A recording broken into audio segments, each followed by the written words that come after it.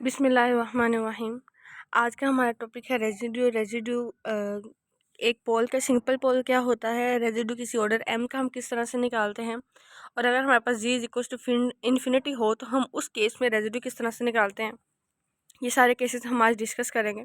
तो हमें पता है रेजिड्यू किससे निकाला जाता है, लॉरेंट सीरीज से निकाला जाता है। लॉरेंट सीरीज का फॉर्मूला क्या होता है, F of ji is equal to summation N is equal to zero to infinity A N Z minus ji naught की power N plus summation N is equal to one to infinity B N over ji minus ji naught की power N.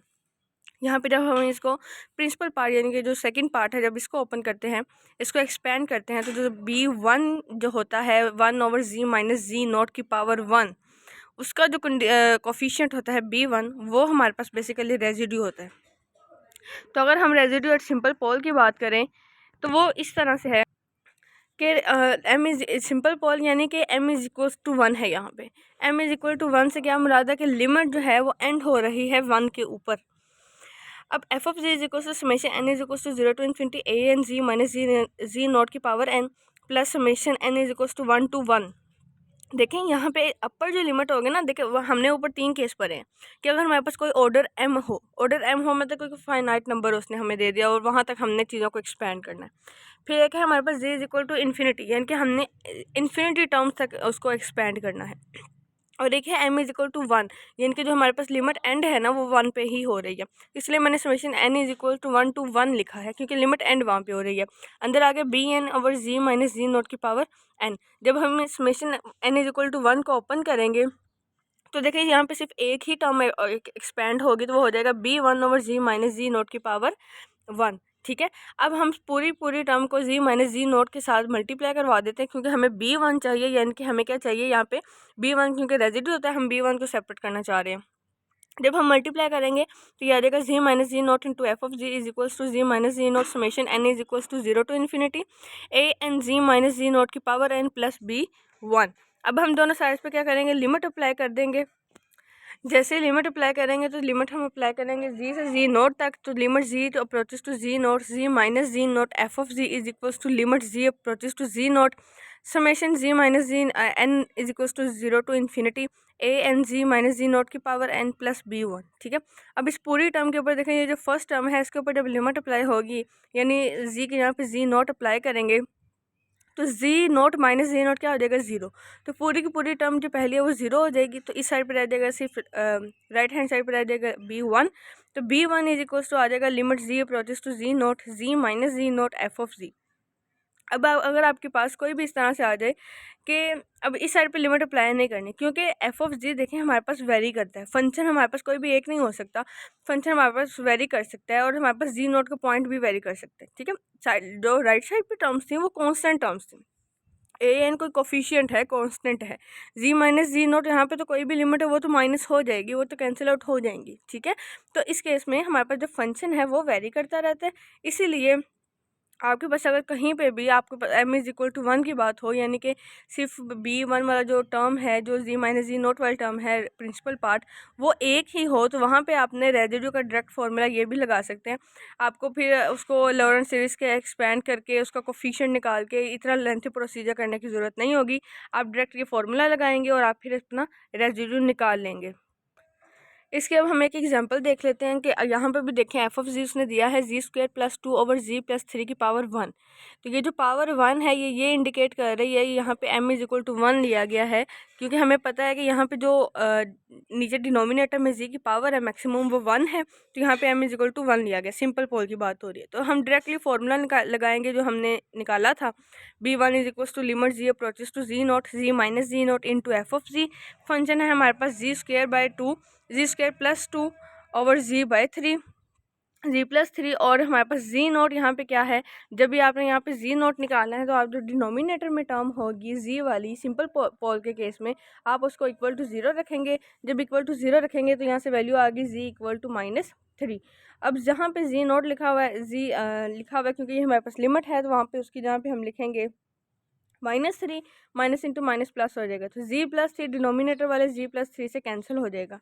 अब जो limit approaches to हो रही थी minus three, अब जहाँ जहाँ पे जी है वहाँ पे माइनस थ्री जब पुट करेंगे तो आ जाएगा माइनस थ्री का स्क्वायर प्लस टू। तो ये आ जाएगा 9 + 2 विच इज़ इक्वल टू 11। यहाँ से देखें हमारे पास ये इजी हो गया कि हमें लॉरेंट्ज सीरीज़ से पूरे पूरे फंक्शन को एक्सपेंड नहीं करना पड़ा और हमने डायरेक्ट ये इंडिकेट किया कि ये सिंपल पोल है, तो हमने यहाँ पे सिंपल पोल वाला फॉर्मूला लगा दिया। इसी तरह से देखें हमारे पास f of z is equal to z² + 4। आपको बज़ाहिर तो ये लग रहा है कि यहाँ पे ये जो सेकंड डिग्री है z की पावर 2 है, तो ये सिंपल पोल नहीं है, लेकिन ऐसा नहीं है। हम इसको एक्सप्रेस कर सकते हैं in the form of power 1। तो z² + 4 को हम z + 2 आयोटा और z - 2 आयोटा की फॉर्म में लिख सकते हैं। तो यहाँ पे देखें जब हमने इसको सेपरेट किया तो दोनों की पावर्स क्या हो गई, लेफ़्ट साइड वाले z की भी जो डिनोमिनेटर में है दोनों की पावर्स 1 है, तो यानी दोनों क्या है, सिंपल पोल्स है। अब इनके ऊपर दोनों का सेपरेटली रेजिड्यू निकल सकता है। कैसे निकलेगा, z + 2 आयोटा को 0 के इक्वल रखेंगे तो z is equal to -2 iota आ जाएगा, और z - 2 आयोटा को 0 के इक्वल रखेंगे तो z is equal to 2 iota आ जाएगा। तो अब हम क्या करते हैं कि पहले z is equal to -2 iota के लिए उसका रेजिड्यू निकाल लेते हैं। तो जहाँ जहाँ पे z नॉट, क्योंकि हमारे पास लिमिट का पॉइंट है, तो मैंने वहाँ पे -2 आयोटा लिखा, तो वो बन गया z + 2 आयोटा। अब z² ओवर z + 2 आयोटा जो डिनोमिनेटर में था वो एक कैंसिल हो गया। तो अब यहाँ पे जो z अप्रोचेस टू -2 आयोटा, जहाँ जहाँ पे z है वहाँ पे -2 आयोटा पुट करेंगे, हमारे पास आ जाएगा 1 ओवर आयोटा सॉल्व करने के बाद। अब आयोटा जो है इसको हम फ्रैक्शनलाइज कर देंगे। जब इसको रैशनलाइज करेंगे तो ये आ जाएगा 1 over iota multiply by minus iota divided by minus iota. Rationalise का मतलब है कि आप जो डिनोमिनेटर में टर्म है उसका साइन चेंज करके मल्टीप्लाई भी कर दें और डिवाइड भी कर दें। जब हमने इसको मल्टीप्लाई और डिवाइड किया तो ऊपर आ गया माइनस आयोटा, नीचे आ गया माइनस आयोटा स्क्वायर। हमें पता है कि आयोटा स्क्वायर इक्वल टू -1 होता है, माइनस इंटू माइनस प्लस हो गया, तो आंसर आ गया हमारे पास माइनस आयोटा। ये जो रेजिड्यू है ये किसका रेजिड्यू है, z is equal to -2 iota का। सेम लाइक दैट हम z is equal to 2 iota का भी जो है वो रेजिड्यू निकाल लेंगे। तो इसका भी इसी तरह से रेजिड्यू निकालेंगे कि लिमिट पुट करेंगे तो एक टर्म कैंसिल हो जाएगी, फिर इसके बाद लिमिट पुट कर देंगे और हमारे पास इसका भी रेजिड्यू निकल आएगा। हमने पिछले लेक्चर में कुछ पॉइंट्स पढ़े थे एमसीक्यूज़ के लिहाज से कि अगर कोई फंक्शन एनालिटिक हो तो एनालिटिक का मतलब है कि उसका कोई प्रिंसिपल पार्ट एग्जिस्ट नहीं करता, और अगर प्रिंसिपल पार्ट एग्जिस्ट नहीं करता तो उस फंक्शन का जो एनालिटिक फंक्शन का जो रेजिड्यू होता है वो क्या होता है, ज़ीरो होता है। तो इसी तरह से एक और एमसीक्यूज़ है कि अगर एफ ऑफ जी के पास रिमूवेबल सिंगुलैरिटी है, यानी कि वो रिमूव की जा सकती है by moulding the function into another form, तो फिर हम यही लिखेंगे कि उसका जो रेजिड्यू है वो क्या है, ज़ीरो। क्योंकि रिमूवेबल सिंगुलैरिटी है, हम उसको रिमूव कर सकते हैं। जब उसको रिमूव कर देंगे तो एनालिटिक फंक्शन बन जाएगा, और एनालिटिक फंक्शन का तो रेजिड्यू होता ही ज़ीरो है। अब हम देख लेते हैं कि रेजिड्यू किसी ऑर्डर m की अगर बात करें हम, तो यहाँ पे देखें लिमिट हमारे पास क्या होगी, m होगी, तो लॉरेंट सीरीज़ को उस हिसाब से लिखेंगे हम। f of z is equal to summation n is equal to 0 to infinity a n g minus ji naught की power n plus summation n is equal to 1 to m b n g minus ji naught की power -n। आप इसको चाहे ऐसे लिख लो, यानी कि अपर numerator में जाके उसकी पावर -n लिख दें, या डिनोमिनेटर में उसकी पावर प्लस में लिख दें, तो इट डजेंट इफेक्ट। तो ये आ जाएगा हमारे पास second step, summation n is equal to 0 to infinity a n g minus ji naught की power n plus b1 over जी माइनस जी नोट, यानी कि जो हमारे पास प्रिंसिपल पार्ट है उसको हमने एक्सपेंड करना होता है, because residue is linked with the principal part, the coefficient of the first part of the first term of the principal part. ठीक है, अब हमने क्या करना है कि हाईएस्ट टर्म से मल्टीप्लाई करवाएंगे। जब हाईएस्ट टर्म से मल्टीप्लाई करवाएंगे, क्यों, क्योंकि हमें b1 सेपरेट चाहिए। अब b1 सेपरेट चाहने के लिए आप ये कह सकते हैं कि हम z माइनस जी नॉट से जो है वो मल्टीप्लाई करवा देते हैं। देखें, अगर z माइनस जी नॉट से मल्टीप्लाई करवाएंगे तो फिर हमारे पास जो पावर m है, तो हमने तो ऑर्डर m के लिहाज से देखना है, तो इसीलिए z माइनस जी नॉट की पावर m से मल्टीप्लाई करवाएंगे। जब हमने मल्टीप्लाई करवाया तो लेफ्ट साइड बन गई z माइनस जी नॉट की power m F of ji is equal to z minus Z naught की power m summation n is equal to 0 to infinity a n g minus Z naught की power n plus b1। देखें, z minus Z naught एक cancel हो गया, बाकी देखें m है तो उसमें से m -1 आएगा। इसी तरह से b2 के साथ जो z माइनस जी नॉट की पावर आ जाएगी वो आएगी m-2, और लास्ट वाला जो bm है वो क्या हो जाएगा, यहाँ पे वो सिंपल हो जाएगा, क्योंकि उसके नीचे तो z माइनस जी नॉट की पावर m था, तो वो कैंसिल हो जाएगा।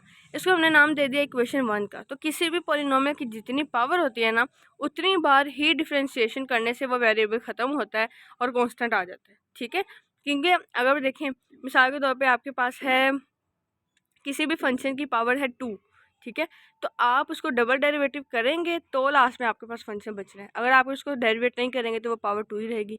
आप एक मरतबा डेरिवेटिव करेंगे तो पावर जो है वो 1 कम हो जाएगी। लेकिन अगर आप कांस्टेंट लाना चाहते हैं या पावर ख़त्म करना चाहते हैं तो आपको उतनी बार ही उस पॉलिनोमियल को डिफ्रेंशिएट करना पड़ेगा।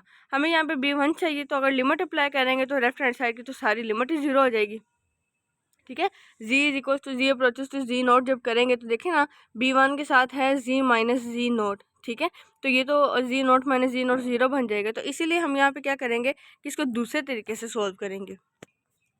तो अब देखें, अगर हम इसको z माइनस जी नोट की पावर m माइनस 1, ये है b1 के साथ। ठीक है, तो अगर हम इसको डायरेक्टली z माइनस जी नोट के साथ डायरेक्टली लिमिट पुट कर देते हैं तो लिमिट पुट करने से तो z b1 जो है वो ख़त्म हो जाएगा, लेकिन जो हमारे पास बी एम है वो बच जाएगा क्योंकि वो कांस्टेंट है, उसके साथ तो है ही नहीं कोई टर्म। तो उस केस में हमें बी एम तो चाहिए ही नहीं है। तो बी एम क्या करेंगे, हम बी वन के साथ जो जी माइनस जी नोट की पावर एम माइनस 1 है इसको ख़त्म करेंगे ताकि हमारे पास जो बी वन है वो सेपरेट बच जाए और हम उसको ईजीली वहाँ पे लिमिट पुट कर सकें। तो मैंने अभी आपको बताया कि अगर आपने पावर ख़त्म करनी है तो आपको उतनी बार डिफ्रेंशिएट करना पड़ेगा। इसका मतलब है हम इस पूरे फंक्शन को m माइनस 1 टाइम्स डिफ्रेंशिएट करेंगे। ठीक है, जब इसको m माइनस 1 टाइम डिफ्रेंशिएट करेंगे तो जो 1 है वो बन जाएगी d की power m minus 1 over D G m minus 1, यानी कि m माइनस 1 टाइम्स जो हमने इसको डिफ्रेंशिएट किया। अब क्या होगा, राइट हैंड साइड पे आ जाएगा d की power m minus 1 over D G m minus 1, जी माइनस जी नोट की पावर m।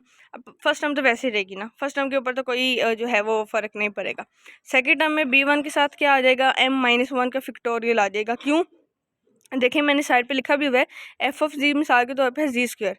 फर्स्ट डेरिवेटिव लेंगे आंसर आ जाएगा 2c, सेकंड डेरिवेटिव लेंगे तो आंसर आ जाएगा 2। ठीक है, तो अगर अब हम इसका थर्ड डेरिवेटिव लेंगे तो आंसर 0 हो जाएगा। तो इसीलिए हमने इसका m टाइम डेरिवेटिव नहीं लेना, m माइनस 1 टाइम डेरिवेटिव लेना। तो यहाँ पे आ जाएगा m माइनस 1 का फिक्टोरियल, क्योंकि जैसे जैसे डेरिवेटिव लेते जाते हैं पावर स्टार्ट में आती है, पावर में से एक लेस होता है, ऐसा ही है। तो यहाँ पे आ जाएगा m माइनस 1 का फिक्टोरियल इंटू b1 और बाकी हर टर्म 0 हो जाएगी। अब जब हम, अगर आपको फिक्टोरियल वाली टर्म नहीं समझ आ रही तो अब देखें जी की पावर 5 का अगर आप ले हैं डेरिवेट करें, तो अगर जी की पावर 5 है तो मुझे 5 टाइम डेरिवेट करना पड़ेगा। मैं फर्स्ट टाइम करूँगी तो ये आ जाएगा 5 जी की पावर 4। ठीक है, फिर अगर मैं डेरिवेट करूँगी तो ये आ जाएगा 5 की इंटू जो जी की पावर 4 है उसका जो 4 पावर स्टार्ट में आएगी और में से एक लेस होगा तो ये जी क्यूब बन जाएगा। फिर डेरिवेटिव करूँगी तो ये आ जाएगा 5 4 3 इंटू जी स्क्वायर। फिर डेरिवेट करूँगी तो जी स्क्वायर का जो 2 है पावर स्टार्ट में आ जाएगी, पावर में से एक लेस होगा तो ये आ जाएगा 5 multiply by 4 multiply by 3 multiply by 2 multiply by Z. ठीक है, ये जो लेफ्ट साइड पे लिखा, राइट साइड पे लिखा हुआ है साइड पे कॉलम में, मैं उसकी बात कर रही हूँ। फिर आप इसका डेरिवेट करेंगे तो आपके पास बेसिकली आपने 5 टाइम डेरिवेटिव किया, आंसर आगे 5 फिक्टोरियल, ऐसा ही है। इसीलिए हम जब m माइनस 1 टाइम डेरिवेटिव करेंगे तो m माइनस 1 का फिक्टोरियल आ जाएगा। अब लिमिट पुट करते हैं, जब लिमिट अप्लाई करेंगे तो लेफ्ट हैंड साइड वाला जो साइड पार्ट है वो तो एज इट रहेगा, सही है। राइट साइड के साथ क्या आ जाएगा, जो फर्स्ट पार्ट है जी माइनस जी नोट, तो जब जी माइनस जी आएगा, ये जी नोट माइनस जी नोट आएगा तो वो तो फर्स्ट टर्म तो साइज 0 हो जाएगी। सेकंड क्या बची हमारे पास, सेकंड में तो जी है ही नहीं तो वहाँ पे लिमिट अप्लाई भी नहीं हो सकती। तो सेकंड राइट साइड पे आ गया हमारे पास m माइनस 1 का फिक्टोरियल इंटू b1। हमें b1 चाहिए तो ये m माइनस 1 का फिक्टोरियल दूसरी साइड पे जाके डिवाइड हो जाएगा। इसका मतलब है कि अगर आपके पास कोई फाइनाइट ऑर्डर आ गया किसी भी पॉलिनोमियल का, ठीक है, आगे हमने जैसे m इज इक्वल टू 1 की बात की थी, लिमिट एंड 1 पे हो रही थी, तो इसी तरह से अगर आपके पास कोई फाइनाइट ऑर्डर आ गया m का रेजिड्यू निकालने के लिए तो आप डायरेक्टली ये फॉर्मूला लगा सकते हैं, b1 is equal to 1 over m minus 1 का factorial limit ji approaches to ji naught D raise to power, यानी कि m माइनस 1 टाइम डेरिवेटिव लिया था हमने किसका, जी माइनस जी नोट की power m into F of Z. तो अब ये हमारे पास दो केसेस हो चुके हैं कि रेजिड्यू किसी भी सिंपल पोल का किस तरह से निकालना है और रेजिड्यू किसी पावर m वाले फंक्शन का किस तरह से निकालना है।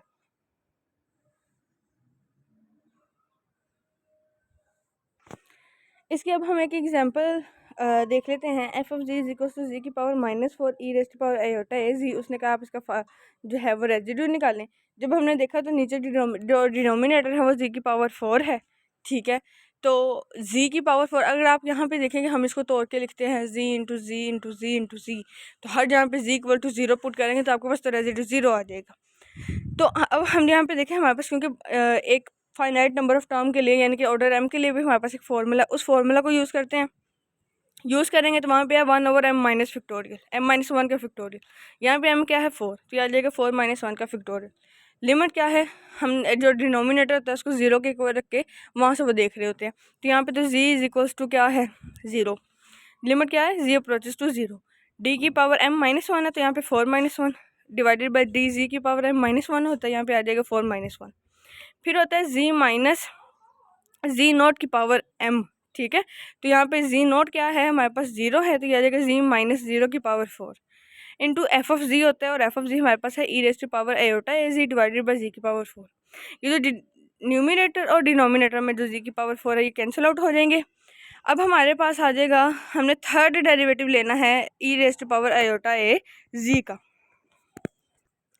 जब इसका थर्ड डेरिवेटिव करेंगे, हर बारी बारी एग्जीक्यूट करेंगे डेरिवेटिव्स को, तो हमारे पास लास्ट में आ जाएगा 1/6 limit ji approaches to 0 E raised power iota A Z iota A की पावर क्यूब, ये ठीक है।